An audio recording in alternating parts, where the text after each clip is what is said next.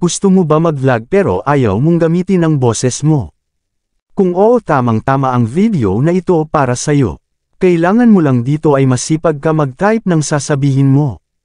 Ang una mong gagawin ay puntahan ng Google. I-type mo dito ang Naraket Tagalog. Pindutin mo ito. Pag nandito ka na sa website nila, scroll mo lang pa itaas ng konti. Hanggang sa makita mo itong Text-to-Speech Voice Tagalog. Dito pwede ka na mag-type ng mga sasabihin mo sa content mo. Pag okay na, dito sa voice mayroon ka dito pagpipilian ng boses, ikaw na bahala kung ano gusto mong boses.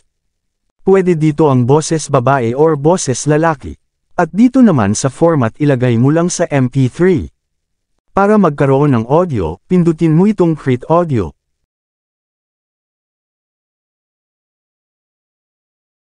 Gusto ko na mag-asawa ng 5, para marami. Para ma-download mo ang audio, pindutin mo lang ang download. Automatic mapupunta na yan sa music ng cellphone mo. Pwede na yan paglagay dun sa video mo para magkaroon ng audio. Ganun lang kadali mag-vlog nang hindi mo ginagamit ang boses mo. Siyempre, kung nagustuhan mo ang video na ito, huwag mong kalimutan mag-follow at i-share mo na rin ang video na ito. Maraming salamat po.